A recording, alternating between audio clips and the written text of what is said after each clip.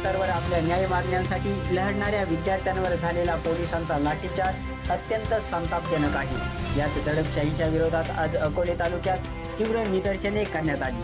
जिल्हा परिषद प्राथमिक शाळेपासून सुरू झालेल्या या रॅलीत मोठ्या संख्येने विद्यार्थी व पालक सहभागी झाले होते। धर्मेंद्र प्रधान राजीनामा द्या अशा घोषणांनी परिसर दुमदुमून गेला होता।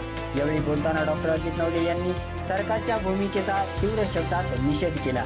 दरम्यान दिल्लीतील आंदोलनाला पाठिंबा देण्यासाठी आणि विद्यार्थ्यांवर झालेल्या हल्ल्याच्या निषेधार्थ उद्या अकोले तालुक्यातील शाळा आणि महाविद्यालये बंद ठेवण्याचा निर्णय विद्यार्थी आणि पालकांनी घेतला आहे। यानंतर विद्यार्थ्यांवरील लाठीचार्जच्या निषेधार्थ तहसीलदारांना निवेदन देण्यात आले।